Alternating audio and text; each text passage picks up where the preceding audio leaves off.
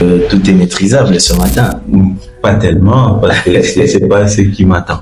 Non, ne vous en faites pas.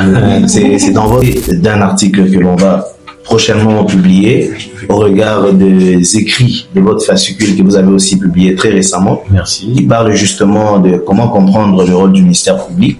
Oui. Et c'est autour de cela, vu aussi notre article qui va parler de ces phénomènes rando qui se passent sur les réseaux sociaux, plus principalement sur TikTok. Donc ces injures, l'on se questionne, est-ce une liberté d'expression ou une injure pénale Parce que déjà, quand vous prenez l'article 231, si je ne me trompe pas, du Code numérique, oui, ça réserve la possibilité au ministère public de se saisir de toutes les infractions de droit commun. Non. Alors, qu'est-ce que vous, en tant que maître de l'action publique, pourriez-vous dire à ces gens-là pour qu'ils prennent au moins conscience et nous permettent de cesser ces abus, parce que ça joue aussi sur l'éducation de nos enfants. Étant mineur, vous avez aussi cette charge de protéger les mineurs, vous le savez. C'est pas épargné, oui, sur le monde numérique. Oui. Donc sachez que si vous vous lancez sur le numérique, oui, sachez que vous êtes exposé. Parce que les bras du ministère public sont très longs. Oui.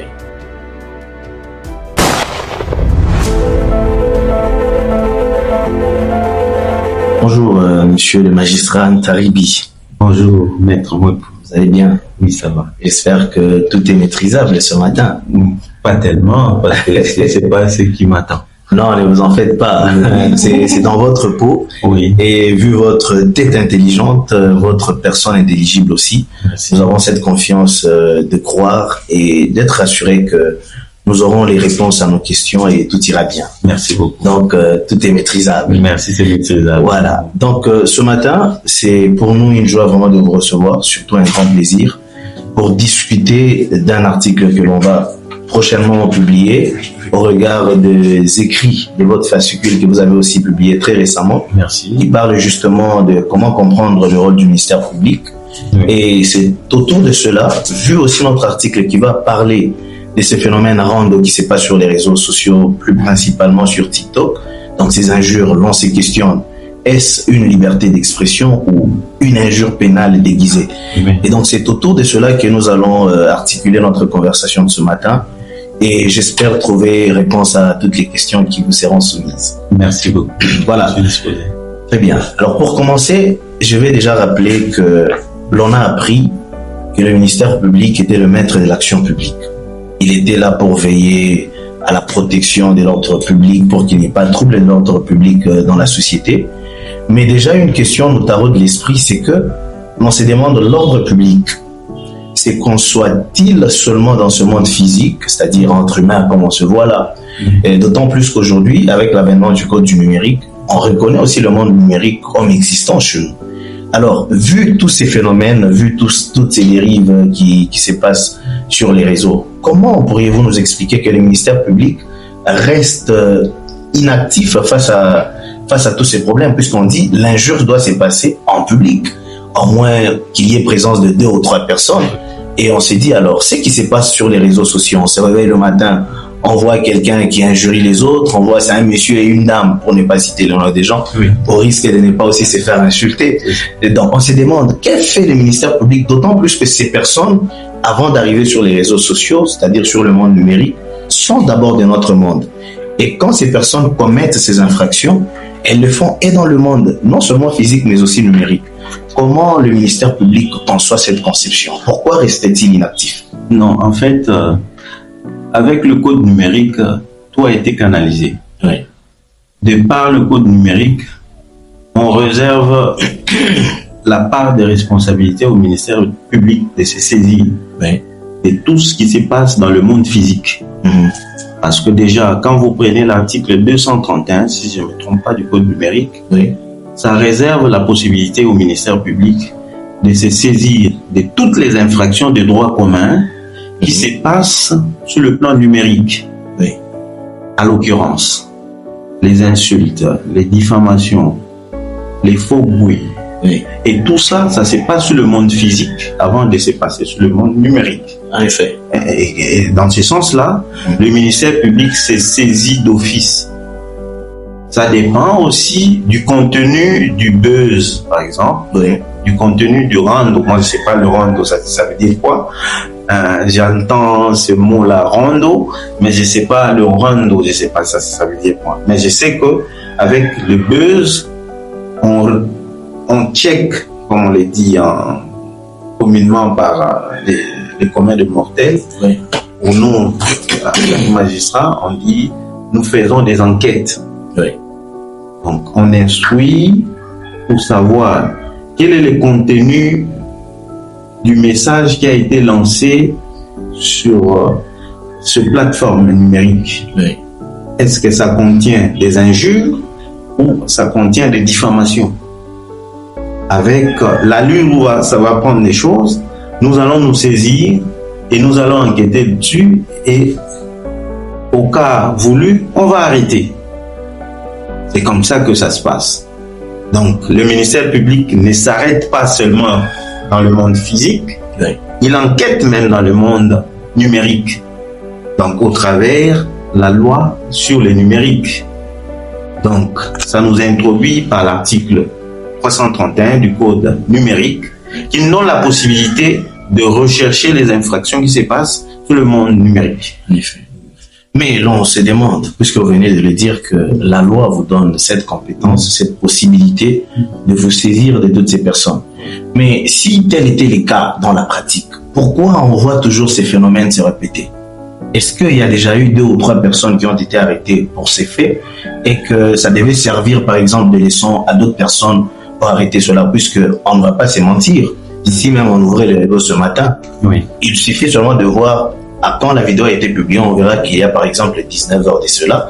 Et on se demande, est-ce que c'est parce qu'il n'y a pas une rigueur dans la sanction peut-être pour ceux qui ont été arrêtés, ou c'est peut-être parce qu'on ne sait pas aussi rendre ça aussi public pour que les autres en prennent conscience? Donc, en fait, ça dépend des cas. Donc, toute infraction doit être analysée. Donc, quand un ministère public se saute sur les faits, c'est-à-dire l'ordre public a été troublé. Oui. Et l'ordre public s'analyse. Donc, c'est pas tout le monde qui conçoit l'ordre public de la même façon que le ministère public. L'ordre public est conçu avec des piliers. Oui. Donc, il faut qu'il soit... Quand on parle de l'ordre public, on voit la sécurité, la tranquillité, la salubrité, Oui. et la doctrine a ajouté la dignité humaine. Oui. C'est ce qui est conçu dans l'ordre public. Oui.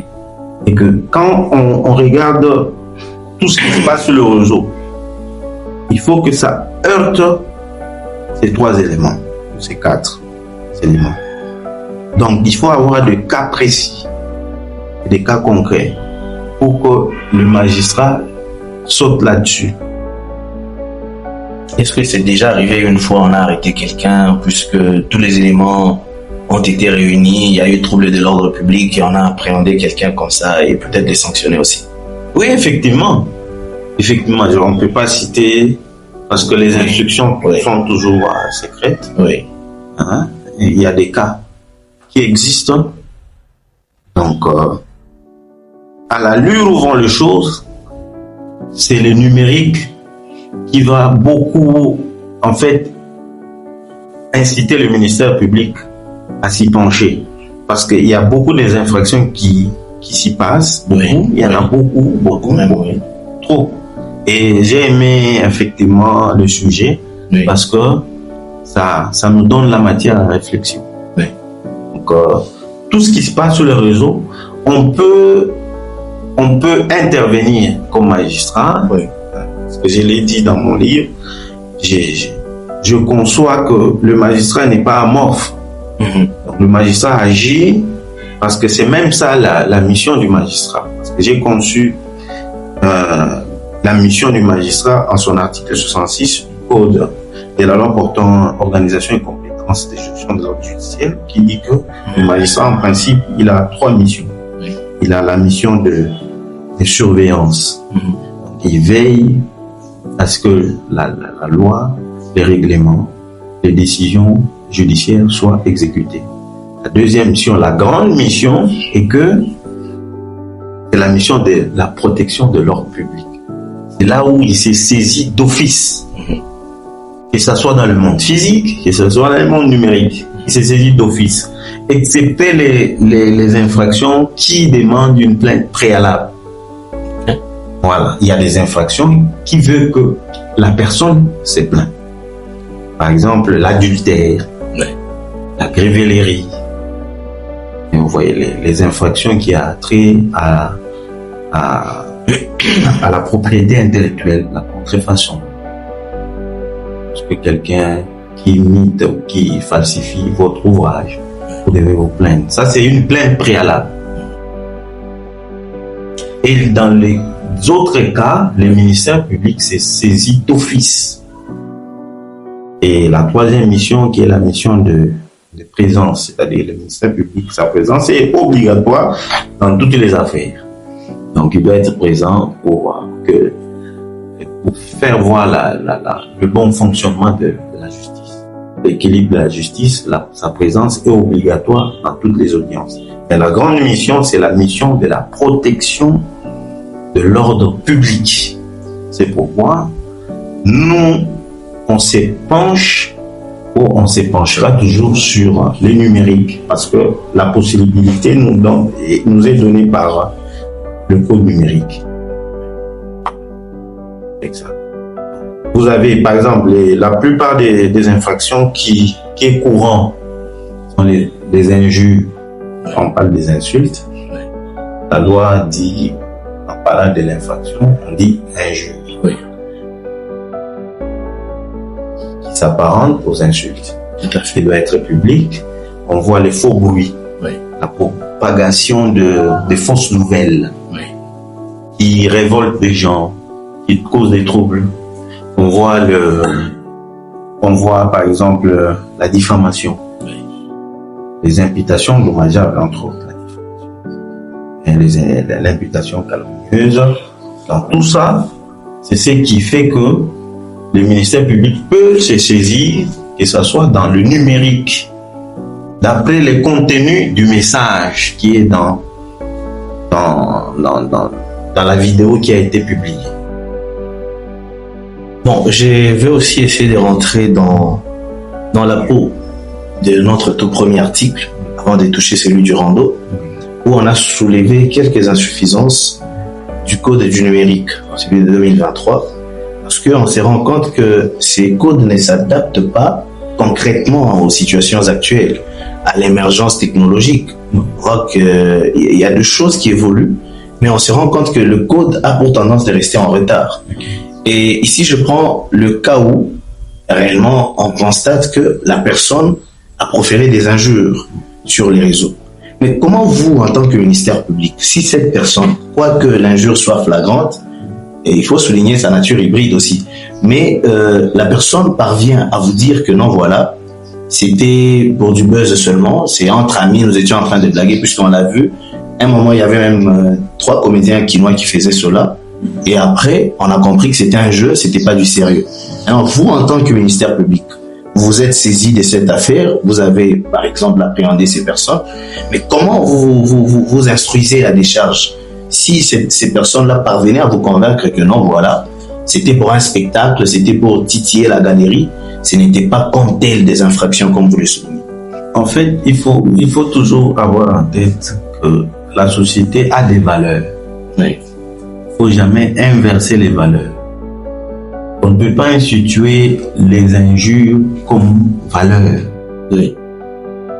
Donc tout ce qui a été conçu dans le code pénal, avec les lois ordinaires répressives, oui.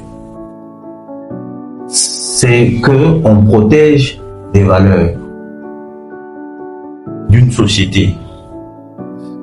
On sous-entend qu'une société doit être moralisée. Une société ne doit pas être immorale.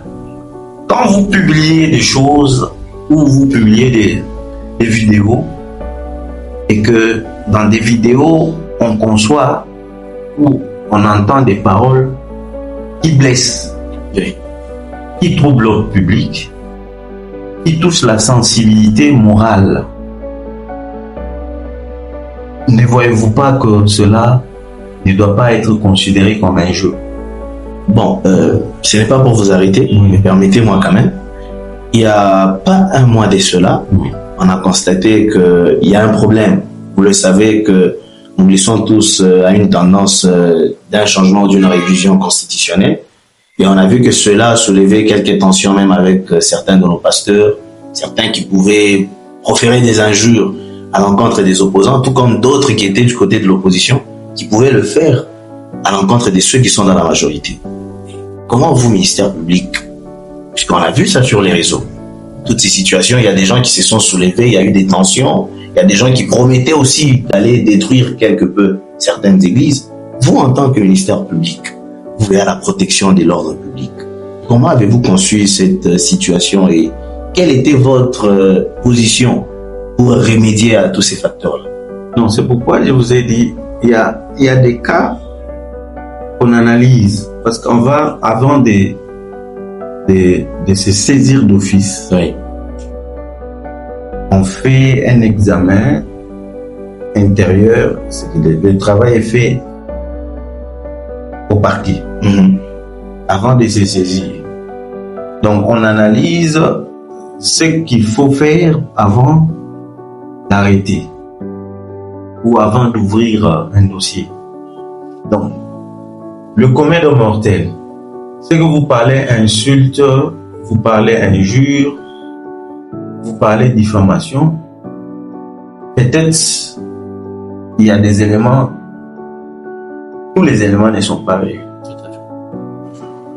Et que avant que nous ouvrions un dossier, il faut que nous sachions effectivement avec des assurances que ce dossier, la personne, avant qu'il ne vienne répondre, il a eu à troubler l'ordre public. Donc la façon que vous concevez les injures et que le magistrat conçoit les injures, ça peut être différent. Mais l'on sait au moins que si même l'action est fantaisiste, il faut toujours quand même oser. Parce que moi, je me dis, aujourd'hui, moi, je peux venir auprès de vous, vous saisir par une plainte, et me dire que non, voilà, il y a tel qui a proféré des injures. Pour moi, je prends ça pour injure parce que quelques éléments sont réunis. Mais je viens chez vous, je dépose cette plainte parce que je me dis, bien que l'action soit fantaisiste, il faut toujours oser. Et vous resterez toujours inactif. Non, en fait, ça dépend. Oui. Il y a la démarche de se saisir d'office, il y a la démarche d'une plainte. Oui.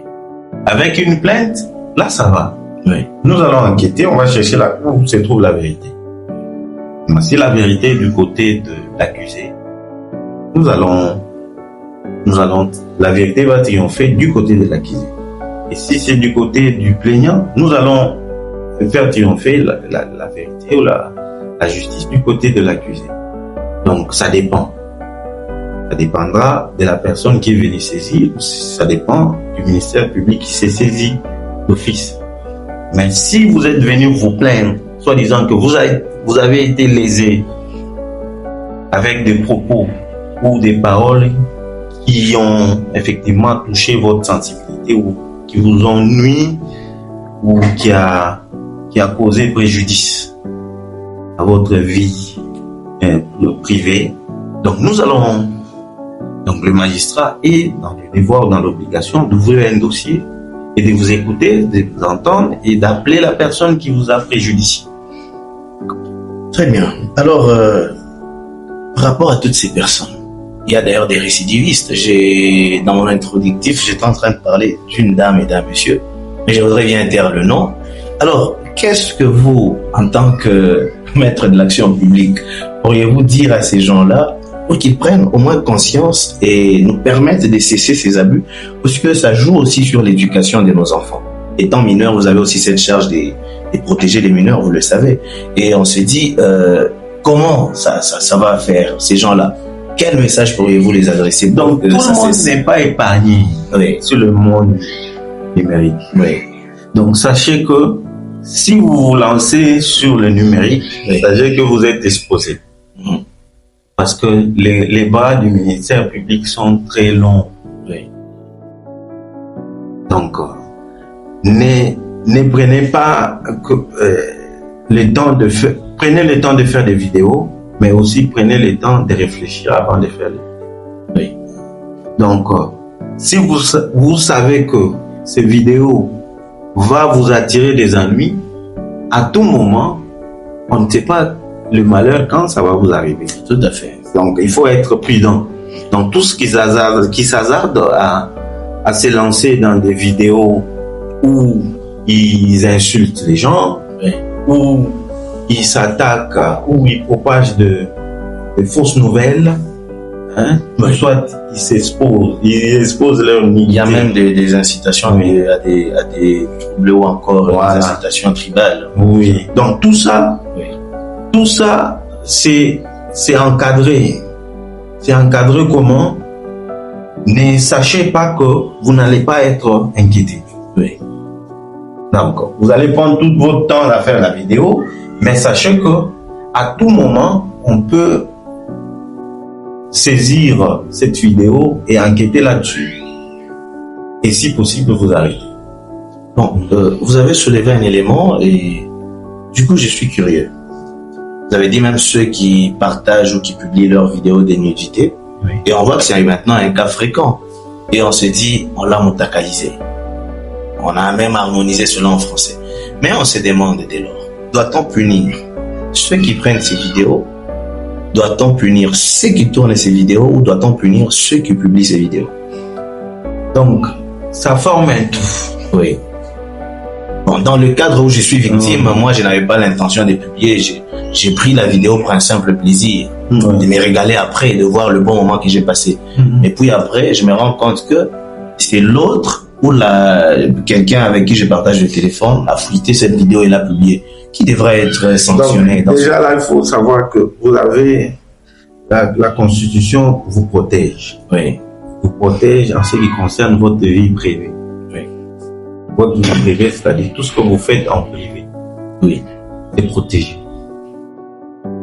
Donc, je ne vais pas aller dans les détails. Hein? Donc, tout ce qui est en privé, c'est protégé. Oui. Mais celui qui publie sans votre consentement, Oui. hein, qui publie votre vie privée en public, là, le ministère public a le droit de se saisir là-dessus, c'est-à-dire de saisir la personne qui a exposé votre vie privée publique. Mais si c'est vous-même en privé et vous avez voulu rendre public votre vie privée qui expose votre nudité, le ministère public a le devoir de vous saisir aussi et de saisir votre vie publique et vie privée que vous avez rendue publique. Parce que vous avez exposé la nudité, c'est-à-dire ce qu'on appelle, vous avez ce qu'on appelle en droit l'attentat à la pudeur. Oui. Vous avez exposé votre nudité au vu et au su de tout le monde. Mais après, je peux vous convaincre que c'était pour du buzz ou c'était pour me façonner une visibilité sur les réseaux. D'après tout, c'est mon corps. Non, en fait, ça c'est ce qu'on appelle. Oui, je le dis comme un commun de mortel. Oui. Le mobile. Je sais que vous êtes avocat. Vous ne pouvez pas aller sur ce terrain-là. Oui. C'est-à-dire c'est un terrain que personne ne va jamais vous. Bon, je porte le poids de la société quand même, bien avec toutes les questions. C'est-à-dire, non, en fait, c'est-à-dire quand vous posez déjà une question, vous avez une partie de la réponse. Ah oui. Oui. Ça, vous entrez dans ce qu'on appelle le mobile. Le mobile est inopérant. Tout à fait.